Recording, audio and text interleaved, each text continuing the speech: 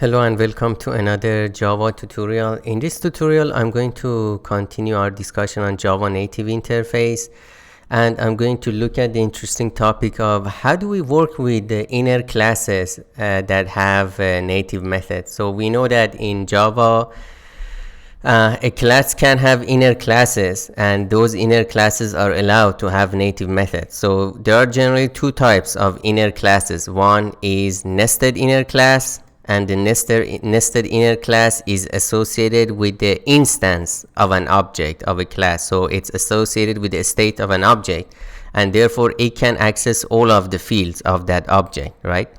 And we can have a static nested inner classes, and the static nested inner class is like a complete separate entity. So it doesn't have anything to do with the actual class or object, right? It's like a completely separate entity. So therefore it cannot access any fields of the class, of the enclosing class. All right. Now, and again, the static nested inner class is associated with the class, not with a particular object of that type. If we have a nested inner class, the type is the type of our class, let's call it object, dot the type of the inner class. This is the type, and let's call the instance of this inner class C. The way we instantiate it, we have to have a reference to the instance of the object. So we have to first instantiate the object. Let's say our class is called object, and then we call the dot new. We call the constructor, which is the dot new operator, on the instance of the object. This is very different from how we normally instantiate a class using a new keyword. Here we have to have a reference to an instance of the enclosing class first, and then call the dot new operator on that, and call the constructor of the inner class. For the static nested inner class, instantiating is very similar to how we instantiate a regular class. The only difference here is that the type is the outer class dot inner class. That's the only difference. So for static nested inner class, we say object dot inner class C equals new object dot inner class. We directly call the constructor. The only difference is the type. The type is associated with the outer class. So these static nested inner classes can be instantiated independent of any instance of the class. So they're like completely separate entities.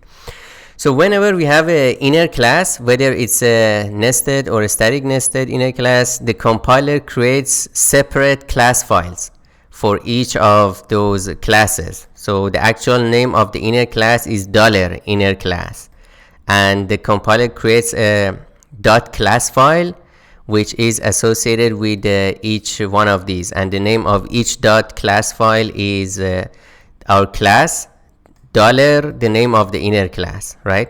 So object.inner class, basically the actual name of the class file that the compiler creates is object $inner class. So this $sign indicates that this class file, .class file, is actually an inner class inside this outer class. Let's call it object. So, and this is the class path description. So if you look at the byte code, the class path description of an inner class is the package hierarchy / object the name of the inner class.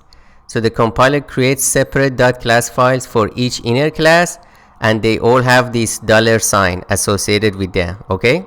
So each inner class gets its own header file. So what happens when we have inner classes inside a class, and the inner classes have native methods? So we have to run the Java H on the outer class, right? And when we do that, the Java H tool that we use, or the Java C-H, one of these that we use based on the JDK that you're using, JDK 8, Java H, JDK 9, or later Java C-H. So if you use any of these header generating tools on the outer class, they also create header files, separate header files for the inner classes. And the header files for each inner class includes the function prototypes for the native methods inside each inner class. All right. And again, we have looked at the signature of the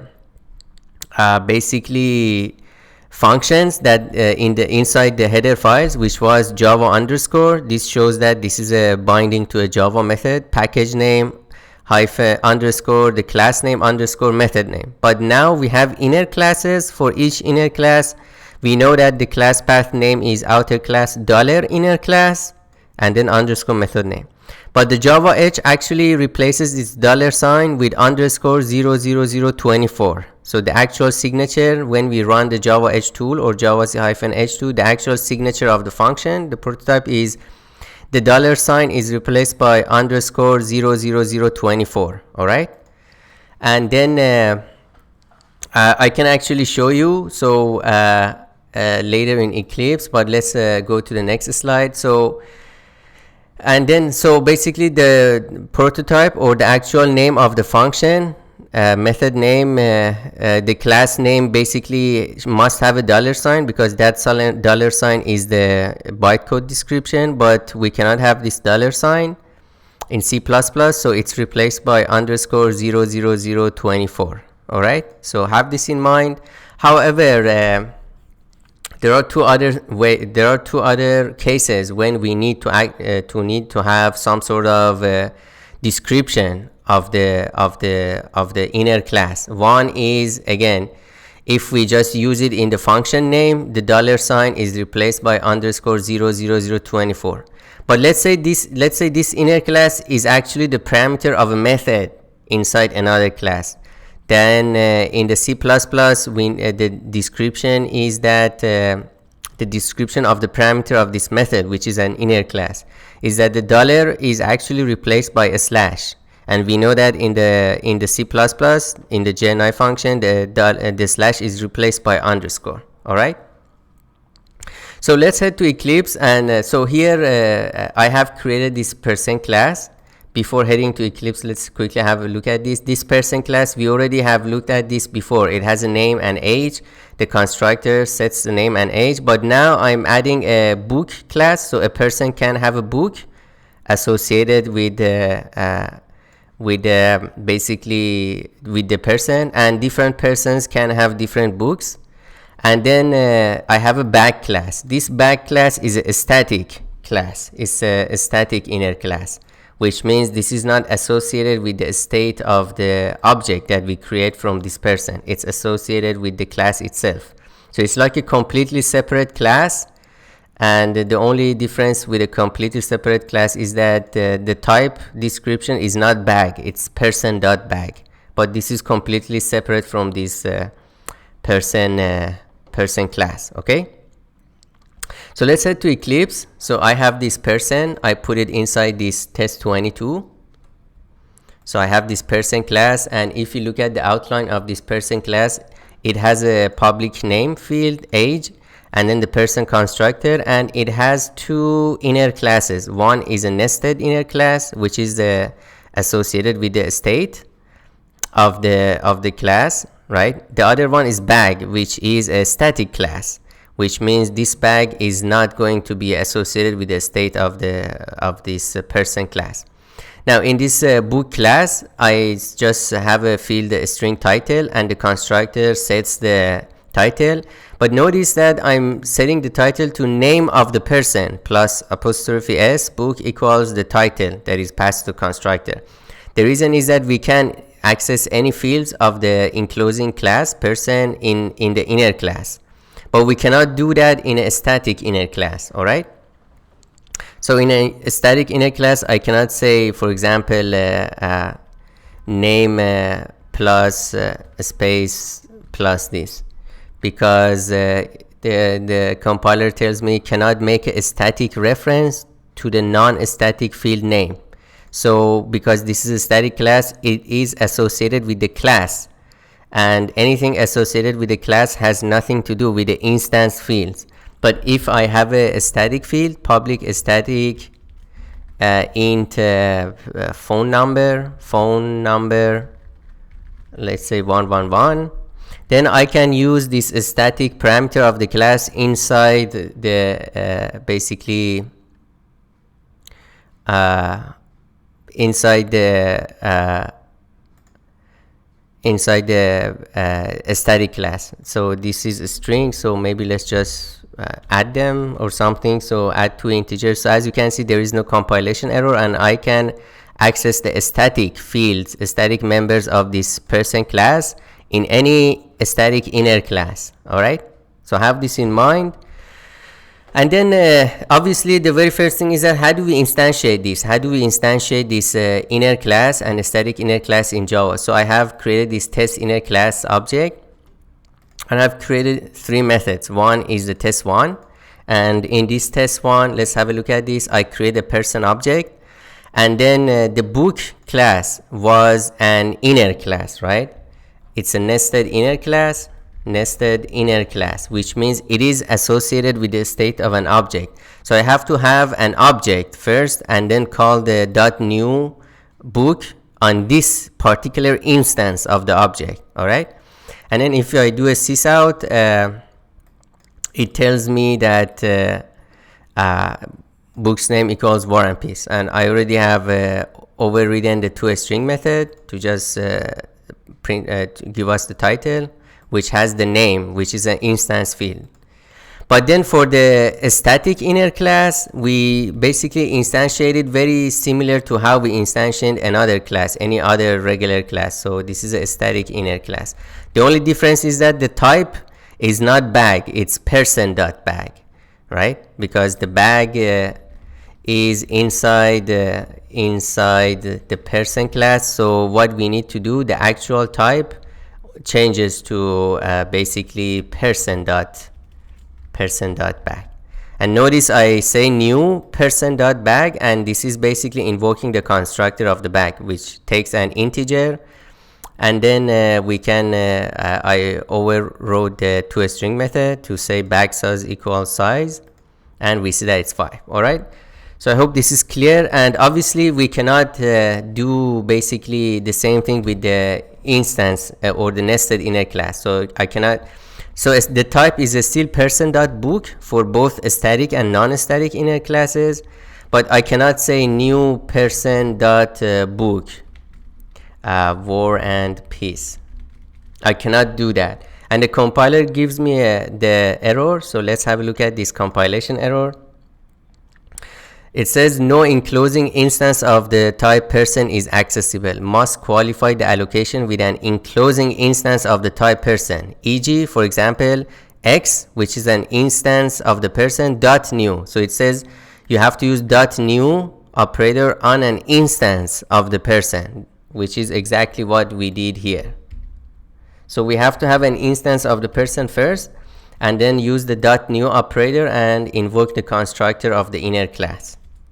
So that's the main difference. All right, so this person has 2 inner classes. One of them is book, which is an inner class. The other one is bag, which is a static inner class, and I have added a few native methods to them. So this book has a native void print title, and this bag has a native void print size and a static native void print size, which takes a bag. All right, and then if we go and look at the binary folder of our project test22, as you can see, and as I mentioned before, the compiler creates separate class files for each inner class. All right, bag and book. And then if we run the Java H tool on this person, it also runs it on the bag and book, these two, because these are inside this person class.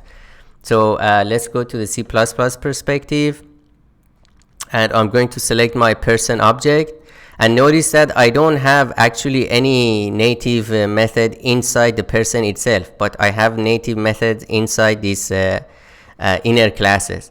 So if I select my person and then run the Java H tool, notice what happens here. So it generates basically header files and puts them in the header folder of my C++ project. So let's see what happened. It actually generated 3 header files. One for the person, one for person book. So this book is an inner class inside this person, and then one for bag, which is an inner class inside this person.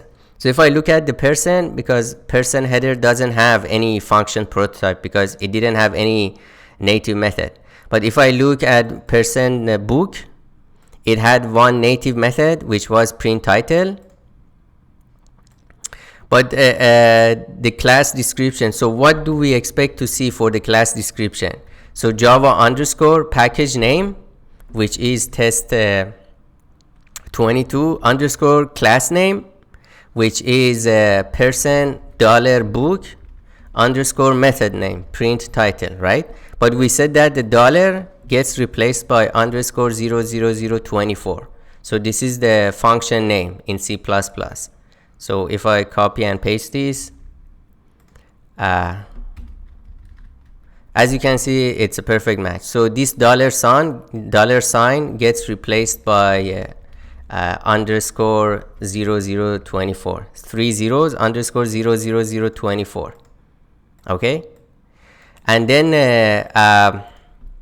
what about this static one? This static inner class, the same story. So the first one is Java underscore package name test22 underscore class name person $bag underscore method name print size, and then this underscore gets replaced by this dollar sign gets replaced by underscore 00024. For this static one, the same story. Java underscore package name underscore class name person $bag underscore method name print size, and then this gets dollar sign gets replaced by underscore 00300024. But notice that this is an overloading, right? I'm overloading this print size with another method that takes another parameter. So we have to add the signature. So underscore signifies signature. The overload is the signature of overload, and then we have to specify the signature of parameters, which is void here, right? So we don't specify anything. Here we have a bag object, right? So it's L semicolon because it's a Java object, and the signature is basically the class path test22 slash person $bag. But then this dollar gets replaced by, so a slash we already know it gets replaced by underscore, semicolon gets replaced by underscore 2, but this dollar is also replaced by underscore. All right, so let's go and have a look at the basically the header file that was generated for the bag inner class. So we have overloading obviously for this method print size because I already overloaded in Java. So let's look at compare the header files in the person class. So this is what we expect, and this is what Java creates, the Java Edge tool creates, and we see that this dollar sign gets replaced by underscore 00024. And then the underscore signifies overload, and because this method doesn't take any parameters, basically the signature of the parameters is nothing. We don't specify anything. For the second one, we get this very long signature, and let's compare it with what we expect to see. And again, it's a perfect match. So Java underscore class name Java underscore package name underscore class name person $bag, and dollar gets replaced by underscore 00024, and then the underscore signifies overloading of the method, and then the parameter signature is a bag class, which is an inner class. So it's actually person $bag, and so L semicolon is replaced by underscore 2, and then package person, and the class is person $bag, and here the dollar is replaced by underscore.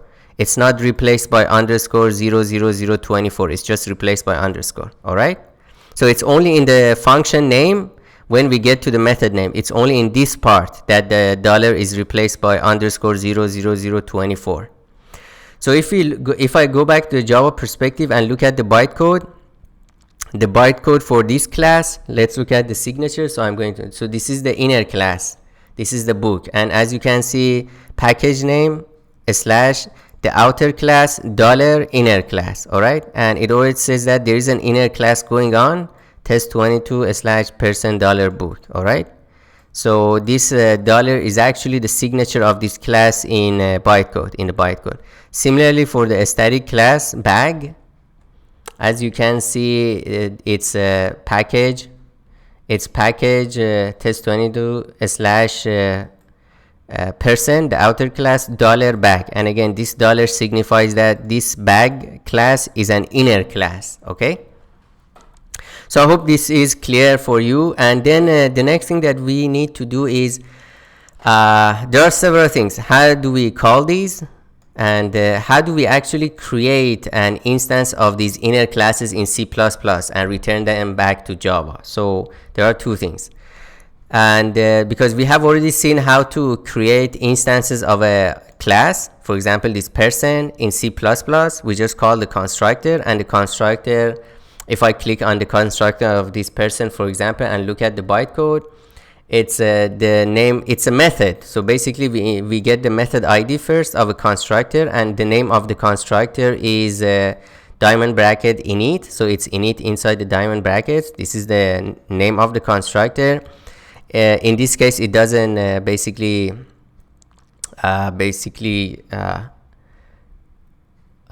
so this is calling the constructor of the object class, and then so this is the signature of the constructor of the of this person class. So the name is init in the diamond brackets. It takes a L Java lang a string semicolon. This is the string, and then the integer I. The return type of the constructor method is always void, right? That's in the signature, it's always void. But then how do we create the instances of the inner class and a static inner class? So this is the topic for the next lecture, so please stay tuned, and I'll see you in the next one.